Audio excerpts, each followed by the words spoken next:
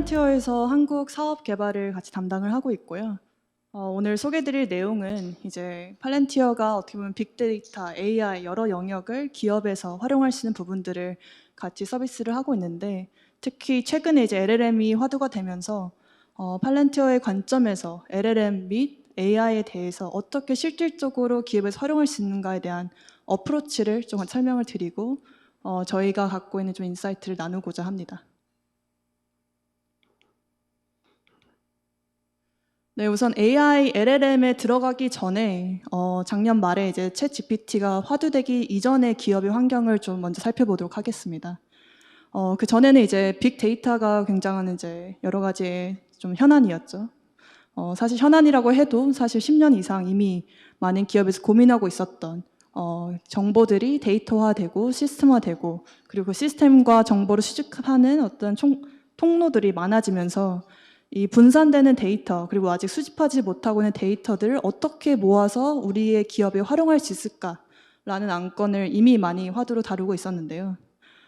그랬을 때 사실 이제 이 빅데이터나 어떤 데이터 기반의 어떤 플랫폼들, 뭐 데이터 웨어하우스니 데이터 레이크니 많은 이제 곽광을 받았지만, 실제로 어떠한 공간의 데이터를 모아둔다고 해서 비즈니스의 문제가 해결되거나 어떤 인사이트가 자동으로 도출되지 않는다라는 부분들을 많이 좀 깨달았던 것 같습니다. 결국에는 빅데이터에 관련된 그 어느 기술도 툴일 뿐이고, 이 툴을 우리 기업에서는 어떻게 활용해야 비즈니스와 접목된 실질적인 해결책들을 만들어갈 수 있을 것인가가 더 중요한 이제 좀 논점이라고 보고 있었고요. 이 현재 상황이 실제 이제 저희가 바라보는 이 데이터 기반의 어떤 운영과 오퍼레이션을 이루고자 하는 어프로치와 크게 다르지 않습니다. 실제 이제 저희가 어느 고객과 어느 산업 또 어떤 기관과 일을 하더라도 이 툴로서 이 기술을 어떻게 써야 효과를 낼 수 있을까가 아니라, 실제 우리는 어떤 비즈니스 문제를 해결하고자 하고, 더 나아가서 그러면 그 비즈니스 문제에 실제 누가 현재 어떤 의사결정을 현장에서 내리고 있는지를 같이 파악을 하면서 그 의사결정을 내리기 위해 필요한 데이터는 무엇이고 어디에 있고 어떻게 연결시켜야 되는지는 후속적으로 같이 검토를 하면서 솔루션을 만들어가는 과정을 같이 진행을 하고 있고요. 그 이제 결과로서 나오는 부분이 실제 어떠한 기술과 소프트웨어이지, 소프트웨어가 어떤 결과론적으로 어떤 방향을 제시하는 절대적인 해결책이 아니다라는 방향으로 지금까지 지난 20년 동안 실제 현장에서 저희의 이제 엔지니어들이 고객사에 투입되고 고객의 실제 문제들을 파악하고 같이 실제 사용자가 어떻게 비헤이비를 하고 어떻게 의사결정을 내려가는지를 같이 검토하면서 결과적으로 지금 기업에 서비스되는 저희의 데이터 플랫폼 영역을 포함하고 있는 제품이 만들어진, 어떻게 보면 유기적으로 확장된 형태로 진행이 되고 있었고요. 실제로 이제 데이터를 모으면서 어떤 문제를 해결하자로 접근한다고 했을 때 거기에 필요한 요소들이 단순히 데이터를 모을 수 있는 레이어는 물론 중요하고 파운데이션을 이루지만, 그보다 더 나아가서 그럼 실제 우리가 데이터를 모으면 이 비즈니스를 이해할 수 있을 것인가 라는 관점에서 우리의 비즈니스를 돌리고 있는 여러 가지 어떤 로직들, 모델들, 그게 고도화된 어떤 AI, ML 모델이건 아니면 굉장히 단순한 산식이나 통계적 모델이건 그런 모델도 접목시킬 수 있는 부분들, 그리고 이거를 실제 우리가 활용할 수 있는 우리 기업을 표현하는 하나의 데이터 체계인 저희가 온톨로지가 부르는 의미적 계층을 만드는 영역들, 그랬을 때 각각의 사용자와 각각의 현장과 각 문제의 어떤 특성을 바라봤을 때 어떠한 형태로 이 데이터가 표현되고 서비스되어야 실제 결정을 내리고 그 오퍼레이션이 변화되는가 하는 부분에 실제 프론트엔드 어플리케이션들까지 유기적으로 확장되면서 이런 데이터 기반의 어떤 문제 해결을 위한 기업의 어프로치를 진행을 하고 있었고요. 동일한 문제를 이제 LLM이라는 새로운 어떤 신기술이 나왔을 때 이 동일한 프레임워크를 가지고 적용을 해야 된다라는 이제 방향으로 올 초부터 저희가 이제 LLM에 대해서, 그럼 기업에서 LLM을 활용한다는 거는 우리가 어떻게 LLM이라는 기술을 이해를 하고, 그러면 기업에서 이걸 실질적으로 쓰기 위해서는 어떤 구조와 체계와 프레임워크가 필요한가라는 관점으로 같이 파고들게 됩니다. 우선 이 LLM을 활용한다는 걸 전제해서 중요한 거는, 그럼 LLM은 이제 무엇이고 어떤 역할을 할 수 있고 반대로 어떤 역할을 하지 못하거나 해서는 안 되는지를 정의하는 것이 필요하고요. 여기 계신 분들은 이제 많은 좀 이해도가 있을 거라고 생각하는데, 저희 어떻게 보면 첫 경험, LLM과 첫 경험이 챗 GPT나 어떤 이런 서비스를 통해서 마치 내가 하는 말을 이해하는 것처럼 답변을 주는 그런 식의 이제 정말 지능화된 어떤 모델이라는 경험이 있겠지만, 실제 LLM을 이제 어떤 스펙트럼에 두고 비교를 하게 된다면, 이런 알고리즘 기반의 어떤 사고방식, 명확한 규칙과 명확한 기준으로 늘 동일한 답을 낼 수 있는 사고방식을 하는 모델은 아니고, 반대로 그럼 사람과 같이 사고하느냐 했을 때 사람의 언어를 굉장히 잘 활용하는 모델이지만 그 의미를 이해하고 사람의 언어에 숨어있는 모호성 그리고 그 맥락을 파악하기에는 그런 이제 인지를 하지는 못하는 모델이라는 것을 많이 파악하고 계신다고 보고요. 그럼 LLM의 역할은 그 사실 중간의 어떤 역할인 거죠. 이런 사람과 같이 어떠한 지식과 정보를 이해하지는 못하지만 사람의 언어를 굉장히 잘 구사함으로써 그 사람의 언어의 다음 단계를 통계적으로 낼 수 있는 모델이자 어떤 알고리즘 기반의 정확한 어떤 프로세스를 밟지 못하지만 이 자연어로 적절한 지시를 했을 때 그 행위를 수행할 수 있는 그러한 어떤 역할로서의 LLM이라는 모델이 실제 저희에게 새로운 툴로서 소개가 됐다고 보고 있습니다. 좀 다른 예시로 보게 되면은 어떻게 보면은 저희가 사실 바라고 기대하는 거는 좀 천문학과 같은 좀 미적분 같이 명확한 산식과 규칙에 의해서 지금이라도 2186년에 언제 가장 큰 이클립스가 있을지를 파악하고 예측할 수 있는 그런 이제 형태를 원하지만 현실은 LLM은 이제 날짜를 좀 예측하는 것과 유사한 거죠. 저희가 뭐 여러 가지 데이터의 소스들, 뭐 인공위성이라든지 과거의 날짜 데이터를 가지고 최대한 정확하게 통계적으로 추론을 하고자 하지만 결국에는 내가 내일 비가 올지를 정확하게 아는 사람은 없고 이런 날짜에 대한 어떤 여러 모델을 돌려도 정확한 파악은 어렵다는 거죠. 그럼 기본적으로 이제 LLM이란 모델 안에서는 틀릴 수 있다. 그러니까 결국에는 스토캐스틱한, 랜덤한, 확률적인 요소가 LLM의 하나의 특성이라고 우리가 이해를 하면은 우리가 이제 LLM을 도입한다고 했을 때 언제든 틀릴 수 있는 이 모델을 우리는 기업에 어떻게 적용해야 될 것인가라는 관점으로 바라봐야 되는 거죠. 그랬을 때 저희가 일반적인 소비자로서 경험하는 LLM이나 어떤 AI 기반의 어떤 이제 제품들은 사실 그 확률적인 틀릴 수 있는 가능성에 대한 리스크가 크진 않습니다. 그러니까 우리의 질문이 단순하기도 하고 그 질문을 기반으로 관련된 모델들이 답을 찾아오는 과정도 이미 웹에 텍스트라는 정형화된 어떤 정보들을 가지고 답변을 추론해주기 때문에 그 정답이 이제 그럴싸한 정답 플러스 만약에 정확한 답변이 틀리더라도 소비자에게 임팩트를 주는 부분은 사실 크지는 않은 거죠. 소비자가 그걸 보고 판단하고 다시 질문하거나 다른 정보를 다시 검증하거나 이런 일반적인 방식으로 이제 이 부분을 검증하면서 활용할 수 있게 되는데요. 이제 기업은 좀 다른 환경이라 보시면 될 것 같습니다. 이제 여기 이제 기업에서 많이 참여를 하셨는데 사실 기업 안에서 틀린 답을 비즈니스에 틀릴 수 있는 가능성을 갖고 있는 모델을 중요한 비즈니스 프로세스에 녹여낸다는 거는 엄청난 리스크를 얘기하고 그런 의사결정을 자신 있게 할 수 있는 분들은 많이 없으시겠죠. 그것뿐만 아니라 LLM의 그런 이제 틀릴 수 있다는 그런 확률적인 어떤 기반을 뿐더러 실제 그럼에도 불구하고 우리가 굉장히 이제 도전적인 의사결정을 내려서 LLM을 도입한다고 했을 때 이 LLM을 기업에 쓴다고 했을 때 전제되는 부분들조차도 아직 해결하고 있지 못하다고 보고 있습니다. 그중에 이제 제일 큰 게 일반적인 웹 기반에 있는 정보와 다르게 이제 기업에 있는 데이터들은 굉장히 다양한 형태로 분산되어 있죠. 앞서 말한 데이터 플랫폼의 어려움, 데이터를 통합하는 거의 어려움인데 그럼 우선은 우리 회사의 데이터가 하나로 통합되어 있지도 않고 그걸 통합해 가는 과정을 겪고 있는데 만약에 어떻게 데이터를 통합한다고 하더라도 그 데이터가 시스템적으로 이해하는 어떤 스키마나 뭐 컬럼 그리고 이제 각각의 소스의 DB 형태로 되어 있는 정보가 아니라 사람의 언어, 자연어를 이해하고 구성할 수 있는 LLM이 이해할 수 있는 의미적 모델로 또 변환시켜야 되는 여러 이제 전제가 숨어져 있습니다. 이제 이런 데이터의 사실 벽이 저희가 여러 기업들을 만나도 가장 큰 좀 장벽이라고 보고 있고요. 그랬을 때 이제 좀 퀵하게 솔브할 수 있는 거는 굉장히 작은 영역에 먼저 도입을 하는 거죠. 예를 들어 좀 더 이제 텍스트나 사람이 구사하는 언어나 뭐 음성 으로 수집되는 정보들, 뭐 콜센터라든지 아니면 소비자와 직접적인 커뮤니케이션 부분들, 혹은 여러 가지의 뭐 PDF성의 파일들, 이런 부분을 갖고 있는 영역에 작게 이제 시작을 할 수 있지만, 사실 이제 LLM의 어떤 가능성, 그리고 우리 기업의 주요 프로세스에 이거를 쓰겠다는 관점에서는 굉장히 지역적인 적용밖에 되지 못하고, 더 나아가서는 그렇게 도입하는 경우에는 사실 LLM조차도 이제 사일로가 생기는 거죠. 저희가 데이터 플랫폼에 사일로가 생기고 오퍼레이션에 사일로가 생기는 것처럼. 그래서 이 자체가 이제 하나의 장벽이라고 보고 있고요.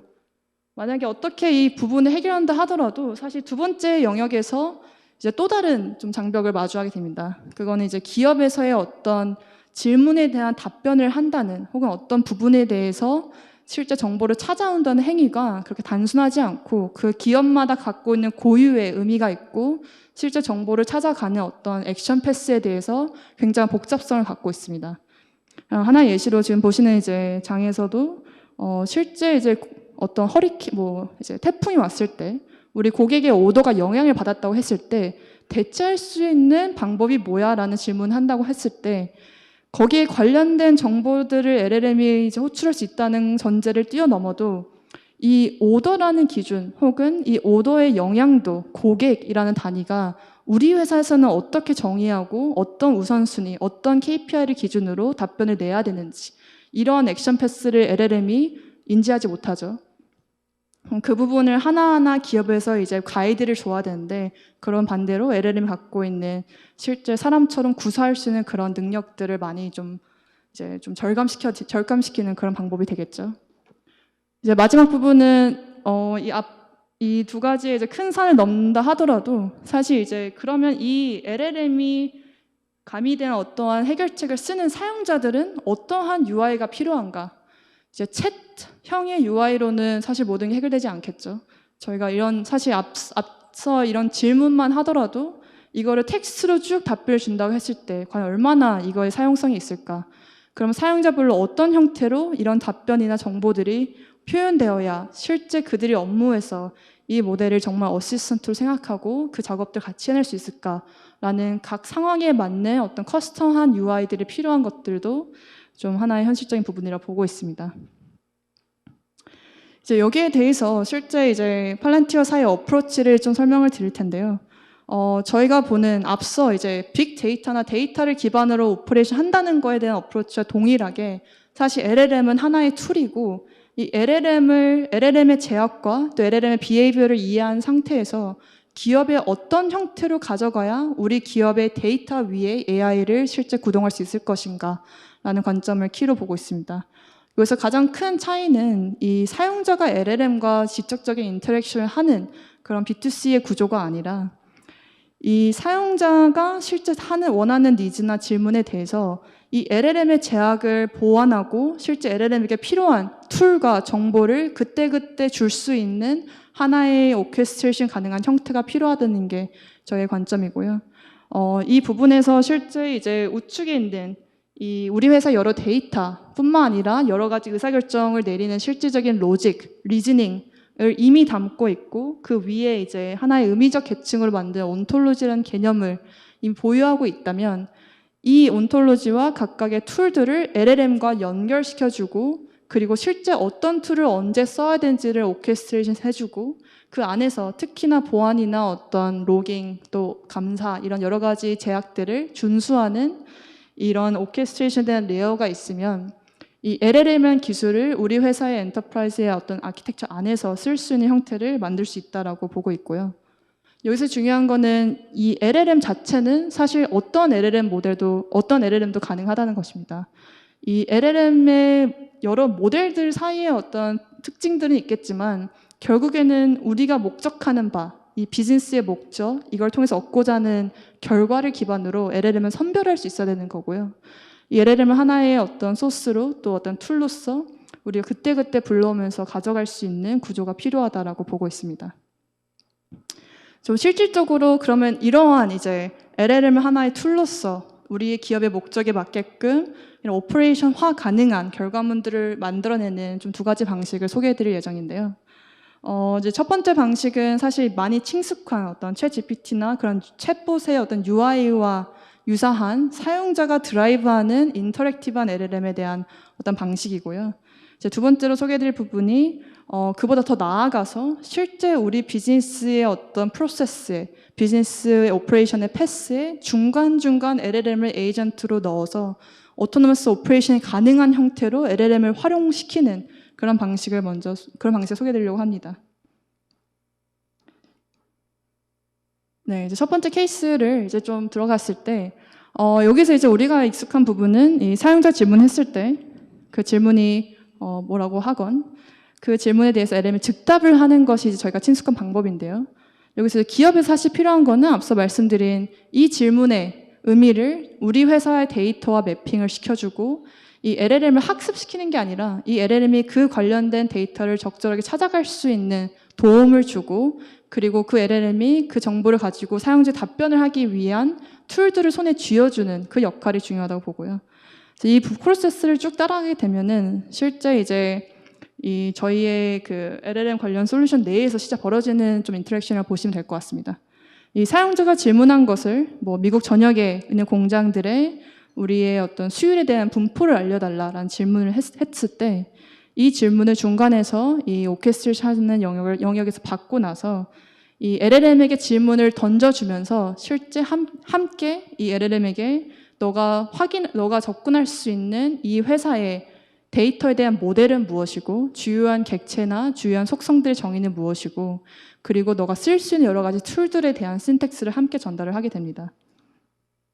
그러면서 이제 LLM이 이 정보를 받고 이 제약된 실제 LLM의 그런 좀 랜덤한 성향을 제어하는 이 가드레일 안에서 그럼 내가 쓸 수 있는 정보와 툴 안에서의 답변을 찾아가기 시작하고요. 그 부분이 이제 자연어를 이해하고 실제 사람의 어떤 그 언어를 이해하는 안에서 가능한 의사결정들을 내리게 됩니다. 그랬을 때 각각의 툴들을 기반으로 여러 가지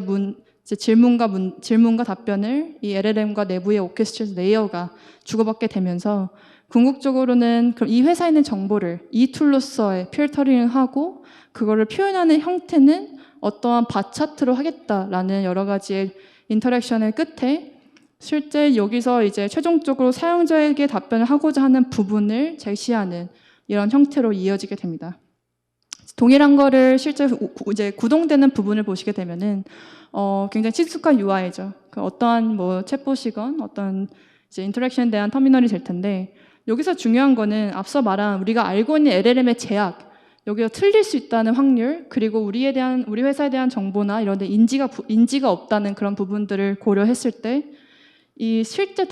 질문에 대한 답변을 주는 거를 넘어서 이 질문에 대한 답변이 어떤 로직으로, 어떤 기준으로 나왔다라는 것을 함께 설명하는 부분들. 그랬을 때 이 질문을 던진 사용자가 이 답변을 보고 이 답변을 내가 수용을 할 건지, 추가적으로 탐색을 할 건지, 아니면 어떤 다른 소스를 통해서 검증을 할 건지 이런 판단권을 사람에게 넘겨주는 형태로 진행하는 부분이 가장 핵심으로 보고요.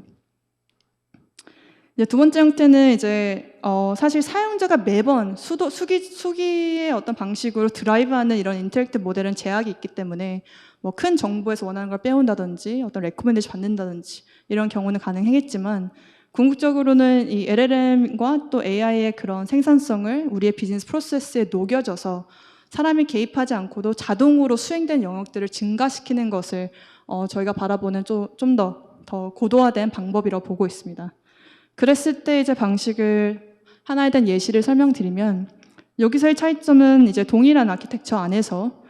실제 사용자가 매번 어떤 질문을 하는 것이 아니라 우리가 정의한 어떤 규칙, 비즈니스나 어떤 오퍼레이션 흘러가는 규칙들 가운데 트리거 포인트를 잡게 됩니다. 그게 어떤 이메일이 될 수도 있고 누구의 어떤 컴플레인이 될 수도 있고 아니면 특정 시스템에서 뭐 새로운 아이템이나 오더가 생성됐다. 이런 이제 기준점이 될 수도 있겠죠. 그럼 그 트리거를 기준으로 실제 우리가 도달하고자 하는 결과물에 대한 로직을 이 LLM과 그 외의 툴들을 조합해서 로직에 대한 체인업 액션을 만들어가는 방식이 이제 두 번째로 보시면 될 것 같고요. 이 과정에서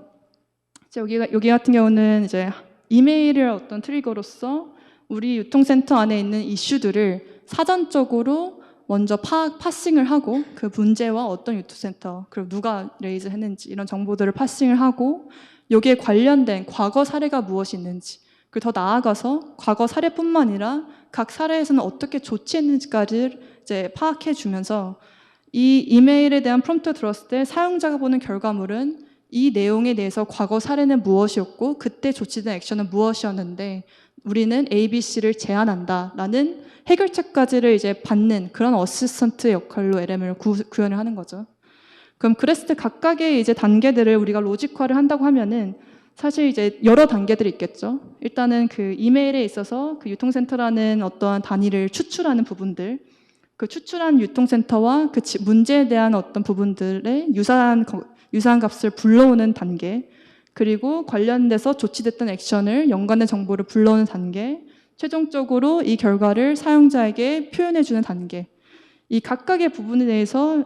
LLM을 하나의 툴로서 이 스텝에 대한 정의를, 로직화를 사용자가 하는 거죠.